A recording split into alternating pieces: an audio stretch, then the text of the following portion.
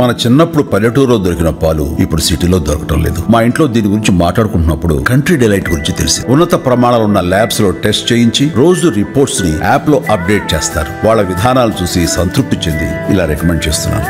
ఇప్పుడే Country Delight app ని download చేసుకోండి. Download the Country Delight app now. Middle క్లాస్కు ఇచ్చిన ఇన్కమ్ ట్యాక్స్ రిలీఫ్ వల్ల సుమారు 1,00,000 కోట్ల ఆదాయాన్ని కోల్పోతామని ఫైనాన్స్ మినిస్టర్ చెప్పారు. 1,00,000 కోట్లు అంటే మామూలు విషయం కాదు. ఎందుకంటే మొత్తం బడ్జెట్ 50 లక్షల కోట్లు అంటే 2% బడ్జెట్ సైజుకు సమానం. అయితే అదే సమయంలో 2019 సెప్టెంబర్లో కార్పొరేట్లకు ఇచ్చిన రాయితీతో పోలిస్తే సగమే. ఆ రోజు 10% ఇన్కమ్ ట్యాక్స్ తగ్గిస్తే పార్లమెంటరీ స్టాండింగ్ కమిటీ అంచనాల ప్రకారం 1,86,000 కోట్లు. ఆ రోజు ప్రకటించిన వెంటనే అంచనా 1,40,000 కోట్లని. ఎడిదిరిగినా దాదాపు 1,50,000 కోట్ల నుంచి దాదాపు 2 లక్షల కోట్ల వరకు ప్రభుత్వం ఆదాయాన్ని కోల్పోయింది. అందువల్ల ప్రభుత్వము మధ్యతరగతికి ఇచ్చిన రిలీఫ్ వల్ల కోల్పోయింది 1,00,000 కోట్లు అయితే కార్పొరేట్లకు ఇచ్చిన రాయితీ వల్ల కోల్పోయింది 1,86,000 కోట్లు. బట్ స్టిల్ 1,00,000 కోట్లు చాలా పెద్దది, ఎలాంటి అనుమానము లేదు. మరి 1,00,000 కోట్ల ఆదాయం కోల్పోవడం అంటే ప్రభుత్వము ఏం ఆలోచించాలి? పొలిటికల్ రేషనల్ ఎలాగ ఉంటుంది, దాని వెనకాల రాజకీయ కారణాలు ఏంటి అని నేను సెపరేట్ వీడియోలో చెప్పాను. కానీ దీంట్లో ఉన్న ఎకనామిక్ లెక్కలేంటి, అసలు మ్యాథమెటిక్స్ ఏంటి? ఎందుకు ఇంత ధైర్యం చేయగలిగారు నిర్మలా సీతారామన్? ఇంత 10 ఏళ్ళుగా చేయండి, ఇప్పుడు ఎందుకు చేశారు? సో ఇంత భారీగా ప్రభుత్వం ఆదాయాన్ని కోల్పోతే ప్రభుత్వం చేసే ఖర్చుల మీద ఇబ్బంది పడుతుంది. వాస్తవంగా ప్రభుత్వం ఖర్చును కూడా నియంత్రించుకుంటున్నారు. అది ఒక ధైర్యం కూడా. ఎందుకంటే ట్యాక్స్ రిలీఫ్ ఇచ్చినా ప్రభుత్వ బడ్జెట్ సైజ్ ఏం పెద్దగా పెరగలేదు. ఇప్పుడు 5% పెరిగింది లాస్ట్ ఇయర్తో పోలిస్తే. ఇన్ఫ్లేషన్ పరిగణలోకి తీసుకుంటే అది ఈవెన్ పెరిగినట్లే కాదు. మరి ఎందుకు ఈ ధైర్యం చేయగలిగారు? ఈ ధైర్యం చేయడానికి ఎకనామిక్స్లో ఒక ప్రిన్సిపల్ ఉంది, లాఫర్ కర్వ్ అని. దాన్నే లాఫర్ ఎఫెక్ట్ అంటారు. అమెరికన్ ఎకానమిస్ట్ ఆర్థర్ లాఫర్ అనే అతను దీన్ని ప్రవేశపెట్టాడు, సిద్ధాంతీకరించాడు. వాస్తవంగా ఈ కాన్సెప్ట్ చాలా ఏళ్ళుగా ఉన్నప్పటికీ ఆర్థర్ లాఫర్ అనే అతను దీనికి ఒక సైద్ధాంతిక రూపం ఇచ్చారు. ఈ లాఫర్ కర్వ్ కూడా గీసి చూపెట్టాడు. లాఫర్ కర్వ్ వాదన ఏంటంటే, చదువుతోనే సమాజంలో మార్పు సాధ్యమని నమ్మిన వ్యక్తి, మారుమూల గ్రామంలో పుట్టి వేలాది మందిని మేధావులుగా తీర్చిదిద్దిన విద్యావేత్త, మనలో ఒక్కడు మల్క కొమురయ్యకు టీచర్స్ ఎమ్మెల్సీ ఎన్నికల్లో మొదటి ప్రాధాన్యతగా ఓటేద్దాం, గెలిపిద్దాం.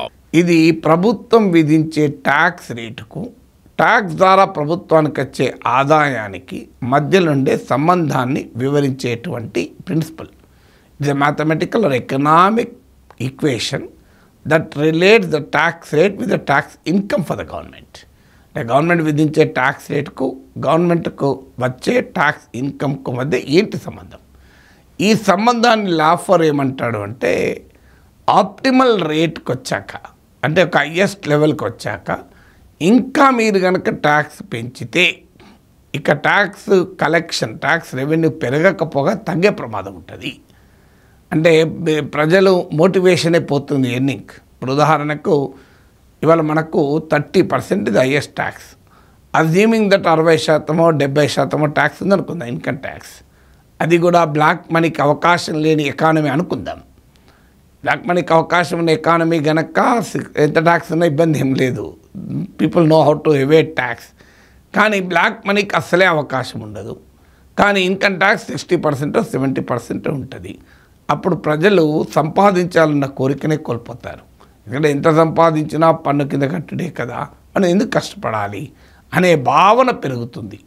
అందువల్ల ఆర్థర్ లాఫర్ వాదన ఏంటి అంటే, ఒక ఆప్టిమల్ రేట్ ఉంటుంది, ఆ రేట్ తర్వాత ఇక పెంచితే నష్టం.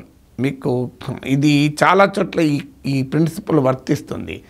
ఇప్పుడు మీకు ఆర్టీసీలో బస్ ఛార్జీలు పెంచినప్పుడల్లా మీకు ఓఆర్ అంటారు, ఆపరేషనల్ రేషియో. అంటే 100 సీట్లుంటే ఎంతమంది ప్రయాణం చేస్తారన్నదాన్ని ఓఆర్ అంటారు, అక్యుపెన్సీ రేషియో అంటారు. ఈ అక్యుపెన్సీ రేషియో పడిపోతుంటుంది. అందువల్ల రేటు పెరిగితే ఇన్కమ్ రాదు. ఇప్పుడు ఉదాహరణకు 10 సబ్బులు ఉన్నాయి, 10 సబ్బులు ఒక్కొక్క సబ్బు 30 రూపాయలు. సో 10 సబ్బులకు 300 రూపాయలు ఒక కలెక్షన్. మీరు అజ్యూమింగ్ దట్ ఈ సబ్బు రేటు సోప్ రేటు 60 రూపాయలు చేశారు అనుకుందాం. 60 × 10 600 రాదు కలెక్షను. ఎందుకు రాదు అంటే 30 రూపాయల సోప్ ఉన్నప్పుడు 10 మంది కొంటే 60 రూపాయలు ఉండే వరకు 3-4 కొనొచ్చు. దానివల్ల 180 240 కన్నా ఎక్కువ రాదు. అందువల్ల that is the link between price and revenue. అలాగే లాఫర్ చెప్పేది, అర్థర్ లాఫర్ చెప్పేది ఏంటంటే ట్యాక్స్ రేటు బియాండ్ పాయింట్ పెంచితే లాభం కాదు నష్టంగా ఉంటుంది అని. ఇంకో రకంగా చెప్పాలంటే లాఫర్ ఏం చెప్తుందంటే ట్యాక్సెస్ తగ్గించినంత మాత్రాన ప్రభుత్వానికి వచ్చేటువంటి ఆదాయము తగ్గాలని ఏమీ లేదు. ఇది లాఫర్ కర్వ్ లేదా లాఫర్ ఎఫెక్ట్ చెప్పేది. ఎందుకు లేదు మరి? దీనికి రీజనింగ్ ఏంటంటే lower the taxes greater the compliance and therefore buoyancy in revenues అని మీకు కెల్కర్ కమిటీ నుంచి మొదలుకొని చాలా కమిటీలు చెప్పాయి. పన్నులు తక్కువ ఉంటే పన్నులు ఎక్కువ మంది కడతారు, దానివల్ల ఆదాయం ఎక్కువ వస్తుంది అని. సో ఆర్థర్ లాఫర్ ప్రతిపాదించి లాఫర్ ఎఫెక్ట్ కూడా ఏం చెప్తుంది? ట్యాక్స్ తగ్గించినంత మాత్రాన ప్రభుత్వానికి వచ్చేటువంటి ట్యాక్స్ ఇన్కమ్ ఏమీ తగ్గాలని రూల్ ఏమీ లేదు, ఇంకా తగ్గకపోగా పెరగవచ్చు. ఇప్పుడు ఫైనాన్స్ మినిస్టర్ లెక్క చెప్పారు, 1,00,000 కోట్లు ఆదాయం కోల్పోతుందండి. అది ఏ లెక్క, ఏ బేస్ మీద చెప్పారు? ఇప్పుడు ప్రజెంట్ ఫైనాన్షియల్ 2024-25 బడ్జెట్ను ఆధారంగా చేసుకొని పాత ట్యాక్స్ కొత్త ట్యాక్స్ రెజిమ్ అంటే ఒక వ్యక్తికి ఇన్కమ్ ఉంటే ఇంత ఇన్కమ్ ఉంటే ఇప్పుడు ఎగ్జిస్టింగ్ ఇన్కమ్ ట్యాక్స్ రేట్ల ప్రకారం ఎంత అవుతుంది, రేపు నెక్స్ట్ బడ్జెట్ నుంచి అమల్లోకి వచ్చేటువంటి ఇన్కమ్ ట్యాక్స్ రేట్ల మధ్య ఎంత వస్తుంది అని చెప్పి ఆ గ్యాప్ 1,00,000 కోట్లు అని చెప్పారు. ఇది 1,00,000 కోట్లు నిజంగా ఆదాయం తగ్గడం కాదు, it is a notional income. Sitharaman చెప్తున్నది notional loss, it is not a real loss. మీరు 1,00,000 కోట్లు తగ్గుతాయని అనుకోకూడదు, తగ్గే ప్రసక్తే లేదు, పెరుగుతాయి. మీరు చూడండి లెక్కలు, ఇప్పుడు బడ్జెట్ డాక్యుమెంట్లోనే ఉంది 1,00,000 కోట్లు తగ్గవు. వాస్తవంగా ఇప్పుడు 2024-25లో వసూలైన దానికన్నా ఎక్కువ వసూలు అవుతుందని బడ్జెట్లోనే చెప్పారు. 1,00,000 కోట్లు, అందుకే it is only a notional loss. Notional loss అంటే ఏంటంటే ఇప్పుడు ఈ ఎగ్జిస్టింగ్ రేట్స్ ఆఫ్ టాక్సేషన్ ప్రకారం అయితే ఇంత వస్తుంది, న్యూ ట్యాక్స్ రేట్ల ప్రకారం అయితే ఇంకో 1,00,000 కోట్లు తగ్గుతుంది అని చెప్పడం. కానీ రియాలిటీ ఏంటి? ట్యాక్స్ కలెక్షన్స్ ఇప్పుడు మీకు ఇదే బడ్జెట్లో ఉన్న గణాంకాలు చూడండి. లాస్ట్ ఇయర్ బడ్జెట్ ఎస్టిమేట్స్ ప్రకారం 11,87,000 crores 11,87,000 కోట్లు ఇన్కమ్ ట్యాక్స్ ద్వారా వసూలు అవుతుందని అంచనా వేశారు. కానీ ఎంత అంచనా అయింది? రివైజ్ ఎస్టిమేట్స్కి వచ్చి పెరిగింది. అది సాధారణంగా అంచనా కన్నా తక్కువ వస్తుంది ఆదాయం, అంచనా కన్నా పెరిగింది. ఎంత వచ్చిందంటే 12,57,000 crores వచ్చింది, 12,57,000 కోట్లు వచ్చింది. అంటే అర్థమైంది, బడ్జెట్లో ప్రతిపాదించింది, బడ్జెట్లో అంచనా వేసిన దానికన్నా ఇంకా ఎక్కువ ఇన్కమ్ ట్యాక్స్ కలెక్ట్ అయింది. ఇప్పుడు ఈ 2025-26 ఫైనాన్షియల్ ఇయర్లో ఇంకో 1,80,000 కోట్లు ఎక్కువ వసూలు అవుతుంది అంచనా. ఇవాళ మీరు హిందూ ఎడిటోరియల్లో చూడండి, ఈ ఫిగర్స్ ఉన్నాయి. I'm not giving my own figures also, Hindu ఎడిటోరియల్లో రాసిన ఫిగర్స్ ఇవి. ఇంకో 1,80,000 crores వస్తాయని అంచనా. ఇదెంత అంటే లాస్ట్ టైం వసూలైన దాంట్లో లాస్ట్ టైం రివైజ్ ఎస్టిమేట్స్ కన్నా 14% ఎక్కువ, లాస్ట్ టైం బడ్జెటెడ్ ఫిగర్ కన్నా 21% ఎక్కువ. చూడండి, 1,00,000 కోట్ల మేరకు రిలీఫ్ ఇస్తారని చెప్పినప్పుడు మరి లాస్ట్ టైం వసూలు చేసిన దానికన్నా ఇంకా 14% ఎందుకు ఎక్కువ వసూలు అవుతుంది అంటే మరి అదే లాఫర్ ఎఫెక్ట్ సూత్రం. అంటే ట్యాక్స్ తగ్గించినంత మాత్రాన ట్యాక్స్ కలెక్షన్ తగ్గాలని రూల్ ఏమీ లేదు.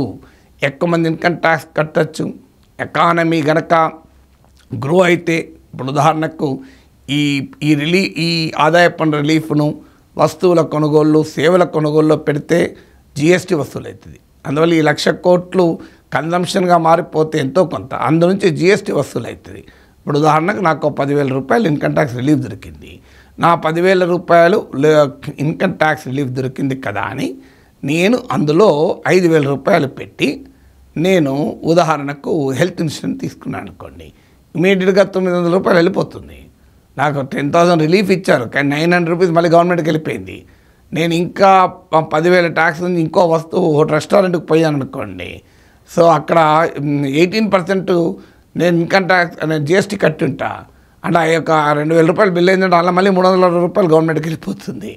అందువల్ల ఈ 1,00,000 కోట్ల ద్వారా వచ్చిన అది కూడా కన్జంప్షన్గా మారితే ఎంత మేరకు మారినా అందు నుంచి జిఎస్టీ వస్తుంది. అందువల్ల ఒకటి ఎక్కువ మంది ఇన్కమ్ ట్యాక్స్ కట్టడం వల్ల ఇన్కమ్ ట్యాక్స్ పెరుగుతుంది. రెండవది జిఎస్టీ ద్వారా కన్జంప్షన్గా మారినది జిఎస్టీగా మళ్ళీ ప్రభుత్వానికి వస్తుంది. ఈ మూడే కాకుండా ఈ కన్జంప్షన్ వల్ల ఎకనామిక్ గ్రోత్ పెరిగితే మళ్ళీ ఆ ఎకనామిక్ గ్రోత్ కూడా ట్యాక్స్ కలెక్షన్ పెంచుతుంది. అందువల్ల ఎకనామిక్స్లో మనకు ఒక స్టాండర్డ్గా ఉండదు ప్రిన్సిపల్. అందుకే ఇప్పుడు 1,00,000 కోట్ల మేరకు రెవెన్యూ లాస్ అవుతుంది అనేది రియల్ లాస్ కాదు, that is a notional loss. Finance minister చెప్తున్న నోషనల్ లాస్ అంటే అంచనా లాస్, అది వాస్తవంగా లాస్ కాదు, అంచనా లాస్. అందువల్ల వాస్తవంగా లాస్ ఉండదు, పెరుగుతుంది. అందుకు కారణం లాఫర్ కర్వ్, ఆఫర్ ఎఫెక్ట్ అనే ఎకనామిక్ ప్రిన్సిపల్ కారణం.